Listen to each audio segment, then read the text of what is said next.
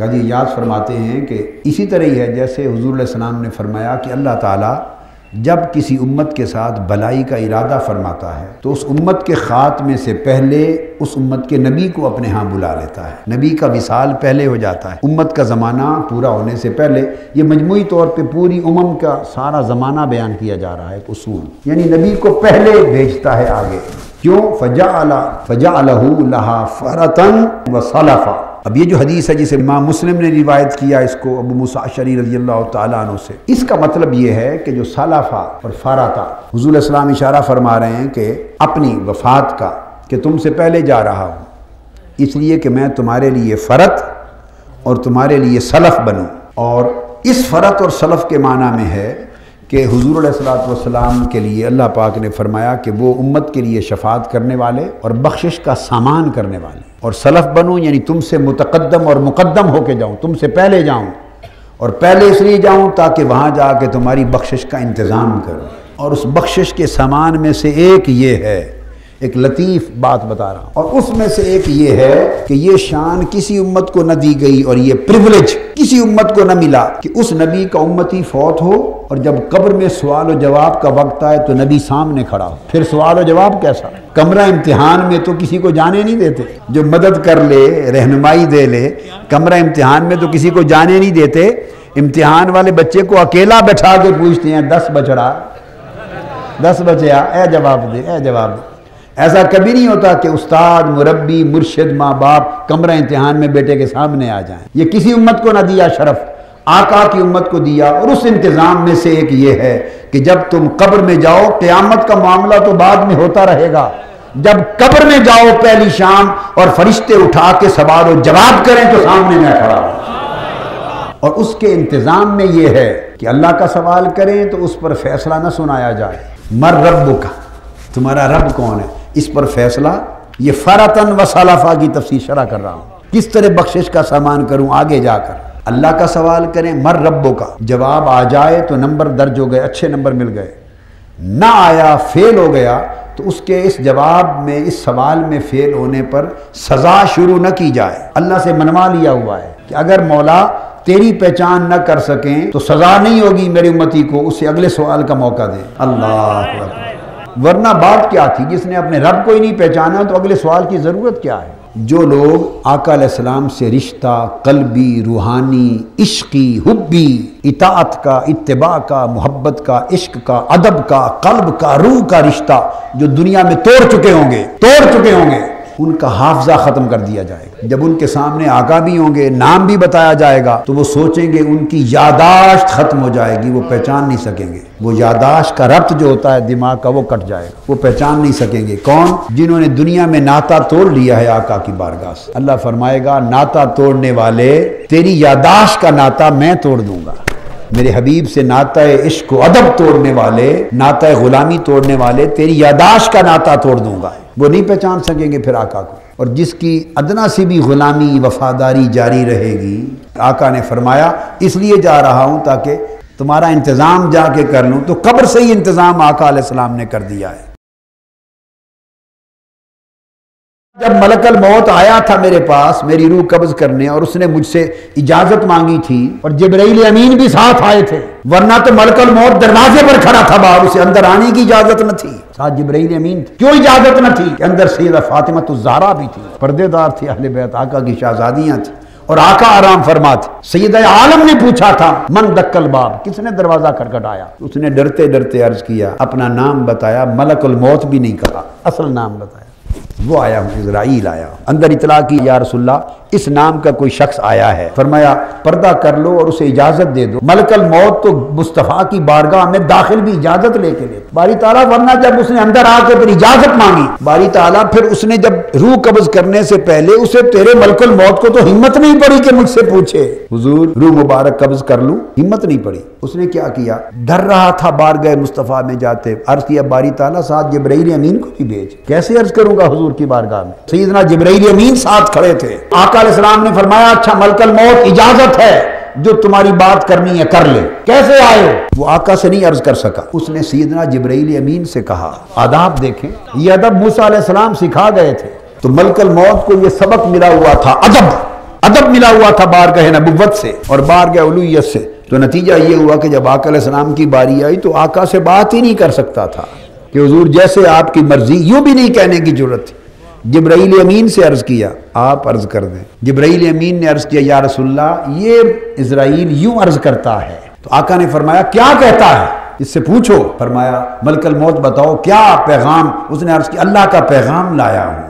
फरमाया क्या पैगाम लाया है, पूछो। अर्ज किया अल्लाह ताला ने सलाम भेजा है। और क्या पैगाम है? तो मलकल मौत ने अर्ज किया बजरिया जिब्राईल अमीन अर्ज किया, या रसूलल्लाह सलाम के बाद पैगाम ये भेजा है, महबूब मैं तुझसे मिलने का मुश्ताक हूँ। तो आका अलैहिस्सलाम ने जब सुना तो फरमाया अच्छा, अल्लाह ने फरमाया मैं मुश्ताक हूँ मिलने का, तो मैं उससे ज्यादा मुश्ताक हूँ, चलो ले चलो मुझे। मलकल मौत ने सीधा सीधा आके सैयदना मूसा अलैहिस्सलाम की बारगाह में कह दिया था कि आपकी रूह कब्ज करने आया हूं। मैं बुखारी मुस्लिम की हदीस बता रहा हूं, मुत्तफक़ अलैह। अर्ज कर दिया था रूह कब्ज करने आया हूं। हिकमत बाद में बताऊंगा कि ऐसा क्यों किया। मूसा अलैहिस्सलाम ने एक थप्पड़ मारा, चूंकि मलकल मौत बशरी लिबास में फतमस्सल लहा बशरन सविय्या, जसद जिस्म के साथ आते हैं, बशरी रूप में आते हैं, तो अहकाम भी बशरी नाफिज होते हैं। फिर मारना, पीटना, जख्म होना, ये सारा कुछ बशरी रूप के अहवाल तारी होते हैं। अगर खालिस मुजर्रद नूर की सूरत में आए तो फिर नहीं हो सकता ऐसा। अगर इंसानी बशरी शक्ल में आए तो फिर जो बशरी इंसानी अहवाल होते हैं वो उन पर भी वारिद होते हैं। नबियों की बारगाह में वो मुजर्रद नूर की शक्ल में आने की जुर्रत नहीं करते, वो बशरियत का, इंसानियत का लिबास पहन के आते हैं, उस रूप में आते हैं। तो आपने थप्पड़ मारा तो वो चूंकि इंसानी रूप में थे मलकल मौत, उनकी आंख निकाल दी। अब उठाइए बुखारी शरीफ और मुस्लिम शरीफ को, मुत्तफक़ अलैह हदीस। हदीस में आता है आंख अपने हाथ पे रख ली, वापस अल्लाह ताला की बारगाह में गए और जाके अर्ज किया, या अल्लाह अरसलतनी इला अब्दिन ला युरीदुल मौत, आपने मुझे अपने ऐसे बंदे की तरफ भेजा है जो मरना चाहता ही नहीं। अल्लाह पाक को इल्म है, खबर है। पूछा मलकल मौत छोड़, ये बता तूने जाके कहा क्या था, बात कैसे की थी। बारी ताला बात ऐसे की थी। फरमाया बस यही तो खराबी हुई, मुझे पता नहीं कि जलाल वाला पैगंबर है मेरा, तुम्हें पता नहीं कि मेरे जलाल वाला पैगंबर है। कोई तूर पर 30 रातें गुजार के मुझसे अर्ज कर दिया था मौला अपना दीदार भी करा दे, वो ऐसा पैगंबर है। फिर मैंने उसे 10 रातें और रखा, तजल्ली दिखाई, बेहोश किया, फिर होश दिया, तो वो तो मेरा ऐसा पैगंबर है। तो तुमने जाके यूं नहीं कहना था कि रूह कब्ज करने आया हूँ, ये पैगंबर की बारगाह में बेअदबी होती। तो इस तरह अब जाओ और जाके यूं कहना कि ये जो जानवर है आपकी सवारी है, इसकी पुश्त पे हाथ रखें और जितने बाल आपके हाथ के नीचे आ जाएं, अगर आप चाहें तो उतने साल आपकी उम्र और हो जाएगी, फिर और चाहें तो और हो जाएगी, और चाहें तो और हो जाएगी, और अगर आप चाहें अल्लाह के हुजूर पेश होना तो मैं हाजिर हूँ। इस तरह जाके बात करना। तो मलकल मौत दोबारा आए और इस तरह बात की। तो मूसा अलैहिस्सलाम ने भी चूंकि सबक ही सिखाना था, तो फरमाया मलकल मौत अच्छा इतने साल, हजारों साल उम्र मिल गई, उसके बाद क्या होगा। मलकल मौत ने कहा हुजूर फिर अल्लाह की तरफ से बुलावा आएगा। फरमाया जो बुलावा बाद में ही आना है तो चलो अभी चले चलते हैं। क्या पता चला, सबक सिखाना था। अब सबक किसके लिए, खुद तो जा रहे थे, अदब किसका, वे खुद तो जा रहे हैं। अब तो बाद में मलकल मौत ने आपके पास आना ही नहीं कि उसको आइंदा करिए सबक सिखा रहे हैं। उसने तो आपके पास नहीं आना, अपने लिए नहीं मारा था। अपने लिए मामला होता तो इतना सख्त कदम ना उठाते। मारा था मलकल मौत मुझसे बात कर ली है और तुम्हें खबर नहीं कि बाद में खुदा का वो हबीब आ रहा है। हम सब जिसके डंके बजाते फिरते हैं और जिसके तराने गाने फिरते हैं और जिसकी आमद की खबरें देते फिरते हैं, वो हबीब खुदा तशरीफ ला रहा है। मुझसे बात कर ली है, कहीं उनकी बारगाह में इस अंदाज से बात न कर बैठना।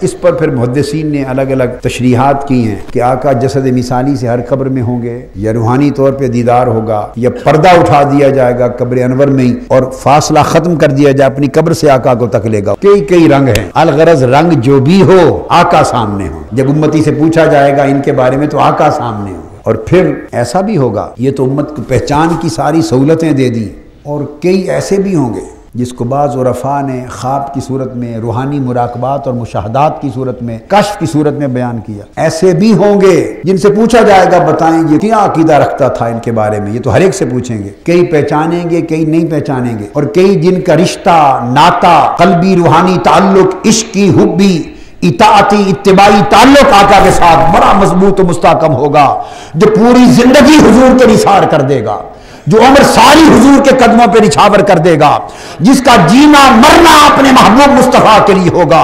उठना बैठना हुजूर की गुलामी में होगा, जिसके सब कुछ जिंदगी का नफा नुकसान हुजूर के ताबे होगा, जिसने रिश्ता वफादारी का हक कर अदा कर देगा तो उसकी हुजूर की बारगाह में कबूलियत, और रोज रोज हुजूर की तरफ दरूद व सलाम जाएगा, रोज दरूद व सलाम जाएगा, रोज दरूद व सलाम जाएगा, हुजूर के मिलाद पे खर्च कर देता होगा, हुजूर की गुलामी इताअत और इत्तिबा पे जिंदगी कुर्बान कर देता होगा, हुजूर के दीन पे मर मिटता होगा, हुजूर के इश्क और मोहब्बत में आंसू बरसात की तरह बहते होंगे, रात दिन हुजूर के लिए तड़पता होगा, और जुबान पर, कल्ब में, आंखों में, दिल में, हर जगह हुजूर का नाम, हुजूर की याद होगी। जब रिश्ता इतना पुख्ता होगा तो उनकी कैफियत ये भी हो सकती है, और कई खुशनसीबों के साथ हुआ, कईयों के साथ होता है, कईयों के साथ होगा कि पूछा सबसे जाएगा कि इनके बारे में क्या अकीदा था, मगर जो आका के खास गुलाम आएंगे, रिश्ता इश्क और गुलामी में फना होंगे, जो खास गुलाम आएंगे, जब उनसे पूछा जाएगा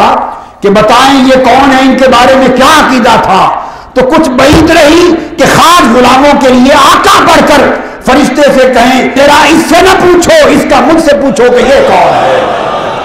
अरे फरिश्तों, इससे मेरा क्या पूछते हो, आज मुझसे पूछो कि ये कौन है, इसने मेरी वफादारी का किस तरह हक अदा किया है, मेरी गुलामी का क्या हक अदा किया है। लोगों, मेहनत ये करनी चाहिए कि जब वो वक्त आए तो ऐसे बन के जाएं कि हुजूर आपके लिए फरमा दे, अब मेरे इस गुलाम से न पूछो, मुझसे पूछो। ये तो उम्र भर मेरा बताता ही रहा है, उम्र भर मेरा ही करता रहा है, मेरे ही गुण गाता रहा है, आज तो बारी आई है मुझसे पूछो कि ये कौन है।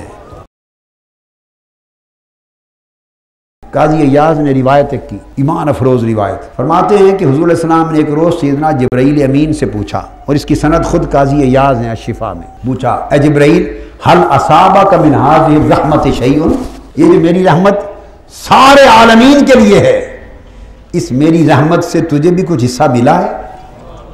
ये जिब्राइल अमीन से पूछा, क्या तुझे भी इस मेरी रहमत से कोई हिस्सा, कोई फैज़ मिला है। सुभान अल्लाह। जिब्राइल अमीन ने अर्ज़ किया, काला नाम या रसूल अल्लाह, हाँ आका मुझे भी इस रहमत में से हिस्सा मिला है। फरमाया क्या मिला है। जिब्राइल अमीन ने कहा, कुन तो अख्शल आकिबा फ़अमिनतु लिसनाइल्लाह अज़्ज़ा जल्ला अलैया बिक़ौलिही, अर्ज़ किया मैं अपनी आखिरत और आकबत अंजाम के बारे में डरता रहता था। इब्लीस का अंजाम सुन रखा था ना, मुअल्लिमुल मलाकूत था, फरिश्तों का उस्ताद था, मुवहिद था, सजदा गुजार था, और बिल आखिर उसका अंजाम हुआ फ़ख़्रुज मिन्हा फ़इन्नका रजीम। तो खशियत वाले डरते रहते हैं। तो जिब्राइल अमीन ने अर्ज़ किया मैं अपनी आखिबत के बारे में, अंजाम के बारे में डरता रहता था। या रसूलल्लाह, इस रहमत का फैज़ मुझे ये मिला कि अल्लाह ने इसके सदक़े मुझे उस खौफ से अमान दे दी, मेरा खौफ ख़त्म हो गया और इत्मीनान और सुकून हो गया है कि मेरी आकबत सही होगी। तो जिब्राइल अमीन भी अपनी आकबत के बारे में जो बेखौफ हुए हैं, कहते हैं या रसूलल्लाह इस रहमत का सदका है। ये जो कुरान मजीद में आयत है सूरह अल-वाक़िया में कि आपको सलाम हो असहाब यमीन, आपके लिए सलाम हो। इमाम जाफ़र as-सादिक़ रज़ी अल्लाह तआला अन्हु ने इस आयत की तफसीर में फरमाया, सलामुन लका मिन असहाबिल यमीन। इमाम जाफ़र सादिक़ फरमाते ए सलामुन बिका। तर्जुमा तो आम करते हैं ना कि दाईं तरफ वालों की तरफ से आपको सलाम हो। इमाम जाफ़र सादिक़ फरमाया नहीं, ये माना नहीं, वो फरमाते सलामुन लका, लका माना हो बिका या रसूल अल्लाह, ये तालीक के लिए आया है। फरमाया सलामुन बिका मिन असहाबिल यमीन, ए सलामुन बिका इन्नमा वक़अत सलामतुहुम मिन अजल करामत मोहम्मद सल्लल्लाहु अलैहि वसल्लम। अल्लाह पाक ने फरमाया महबूब, ये जो दाएं हाथ वाले लोगों को सलामती मिल गई है आखिरत में, जिनके दाएं हाथ में नामे अमाल थमा दिए गए और दाएं तरफ खड़े हैं, इनको जो सलामती मिल गई है आज आखिरत के दिन, और हंसी खुशी जन्नत में जा रहे हैं, तेरे हबीब मैं बता दूं कि ये सलामती इन्हें आपके सदके से मिली है। जो जमीन और आसमान का नूर बयान किया है, उस नूर से मुराद मोहम्मद है सल्लल्लाहु अलैहि वसल्लम है। और हुजूर का जिक्र नूर के बाप में इसलिए किया कि उसका मुराद है मुज़हिर नूर ही, अपने नूर को जाहिर करने वाला है, कायनात को रोशन करने वाला है। उसने अपने नूर यानी मोहम्मद मुस्तफा के जरिए कायनात को रोशनी दी, हिदायत की रोशनी दी, अंधेरों से निकाला, अपनी मारिफत की रोशनी दी, तौहीद की रोशनी दी, ईमान की रोशनी दी, अल्लाह पाक ने हकीकत की रोशनी दी, अपनी मारिफत की, ईमान की, ईकान की रोशनी दी, चूंकि उसने अहले जमीन व आसमान को हजरत मोहम्मद मुस्तफा के नूर से रोशन किया। इसलिए फरमाते हैं कि नूर से मुराद अन युकाल अल मुराद बिन नूर मोहम्मद, ये मुल्ला अली कारी के अल्फाज हैं। मासल नूर इल्लाह अल्लज़ी हुवा मुशरिक ज़ुहूरिही व मुज़हिर नूरिही फी आलमिल कौन बिखल्क़िही, अल्लाह की मखलूक और आलम कौन में अल्लाह के नूर को जाहिर करने वाले मोहम्मद मुस्तफ़ा हैं। और वो हस्ती जिनके मतलब वजूद पर अल्लाह का नूर जाहिर हुआ है, जिनके मतलब पर नूर खुदा का सूरज तुलू हुआ है, और जिनके वजूद के जरिए सारी कायनात में अल्लाह का नूर फैला है, फरमाया उस नूर का ताय्युन वजूद मुस्तफ़ा है। इसकी मिसाल दी है, उससे कबल उन्होंने हुजूर अलैहिस्सलातु वस्सलाम के नूर के लिए मिसाल दी, और इसके साथ दूसरी मिसाल नूर की अगली आयत पे ख़त्म किया है ये मजमून।